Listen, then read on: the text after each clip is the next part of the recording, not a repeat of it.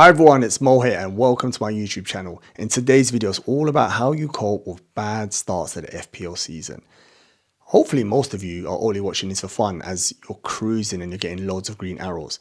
But for some of you who are having a stinking start to the season like me and ranked currently in the millions instead of the hundreds of thousands, this video might prove useful to help you dealing with bad game weeks or bad start to the seasons. Right, let's get into this. So the first aspect I'm going to talk about is the emotional, mental side of things when you have a bad game week. And the first tip I'm going to give you is give yourself some time to be down or sulk or let out your frustration. But the key part to this is you can't dwell on it for too long. So me personally, during the day, say it's the Sunday's the last day of the game week and it's already a stinker. I sulk for that rest of the evening. Monday morning, I'm done. I've forgotten about that game. Well, I try my best to, let's be realistic, but I'm looking forward to the next game week. That way I can start focusing on potential green arrows and forget the hideous past red arrows. And plus, there's nothing we can do to affect that now. It's gone. So I've had that little bit of moaning and, FPL hates me and there's no luck. Get it out my system and then time to look forward. This one's an easy one.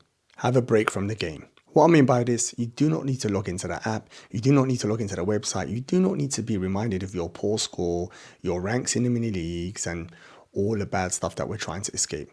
I know it's impossible to stay away from it until, say, the deadline. No, of course not. But just a couple of days or even at least a day. Just give your head that nice breathing space. And when you do go back to it, I think you'll feel better. Next tip I'm going to say is stay away from social media. Well, FPL related social media. So if you're within the FPL community, whether it's TikTok, Twitter, Instagram, definitely have a breather. Again, why? All you're going to do is see everyone's scores, which are ridiculous. Everyone's flying. That's what it's going to seem like. And you're there sitting with your horrendous score and horrendous rank. How's that going to help you? It's not going to help you one bit. At least with a couple of days breather, when you do see that, you feel a little bit stronger. You're already thinking forward, a little bit more optimistic. So definitely, if you can combine the breathing from social media and the app, trust me, you're going to feel much better about coming back to the game in a couple of days' time. Now, the next tip I'm going to say, loads of you might not agree with, but maybe this one just resonates with me, and that is to lower my FPL expectations. At the start of the season, of course, I'm Mr. Competitive. I'm thinking minimum is top 10k. Well, after 5 game weeks, if you're, say, 6 million, I don't think you should be thinking about top 10k. You need to possibly be thinking about top 100k. Are still very competitive considering how far behind the opposition you're going to be. So what that does, it just makes it a bit more realistic for me. And then when I do look at the mini leagues or the scores, again, there's some hope. There's something to fight for. Where I'm thinking top 10k, come on. I've had them before. I know how difficult it is and how strong you've got to be every game week. I'm not saying it's not possible. And then maybe later on you can review your expectations, say in game week 28. Who knows? You might be ranked 80k. Then you might think, okay, I can rejig them. But at the start, you're only going to put so much pressure on yourself. You're going to demoralize yourself. You're going to see everyone else. As I said, it all adds up.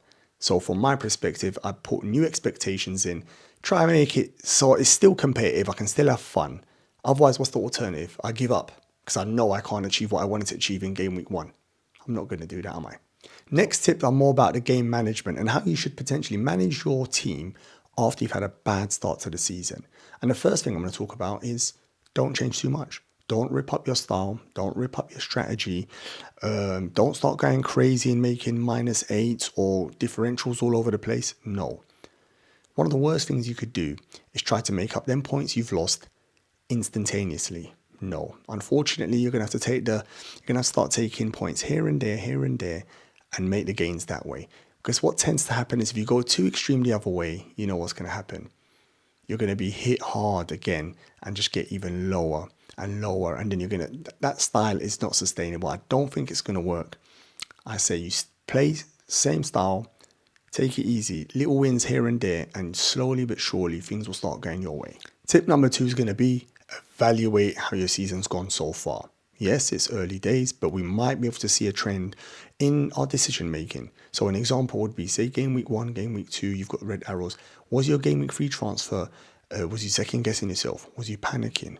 Are you potentially picking players who are too rotation at risk? Are you picking players too early because of price rises and you're getting injuries? Or just have you been very, very unlucky? And in a game of FPL, we know how much luck is needed. So I did say in tip 1 to keep your strategy, keep calm and don't go crazy, but that doesn't mean we should look at what we've done so far. And, you know, if we have to make a tweaks here and there to help us, because every season's going to be different, then do so. So tip 2, evaluate how the season's gone so far.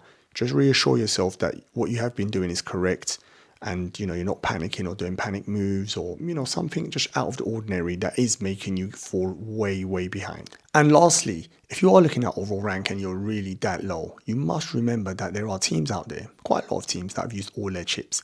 Now if we just say that's 50 points they've gained from all 3 chips, 50 points is quite a lot at the start of the season. Now if you stay playing the game later on in the season, it will even out. You use your chips, hopefully you gain the same amount of points. Again, loads of these managers are bot teams that have multiple teams chasing monthly prizes. So they will die out through the season, you will gain and catch them as the season goes along. So don't let the overall rank hurt you too much. It's too early. They're distorted, them figures at the moment. Later on, come end of the season, they'll start making sense. If you're still here watching the video, I'd love it if you would like and subscribe, and also forward this video to someone who is having a bad start to the season or a bad game week. Hopefully it would help them. Another thing you can do for me, if you think I've missed something in my coping mechanisms for bad start to the season, can you add it into the comments? Mainly because I want to implement them, because I am in that position. But also, do me a favor, any questions, any feedback, put them in the comments. I'll 100% get back to you. On that note, I wish you green arrow. I hope I get one. You'd like to think at my current rank, I have to get green arrow, but yeah, let's see.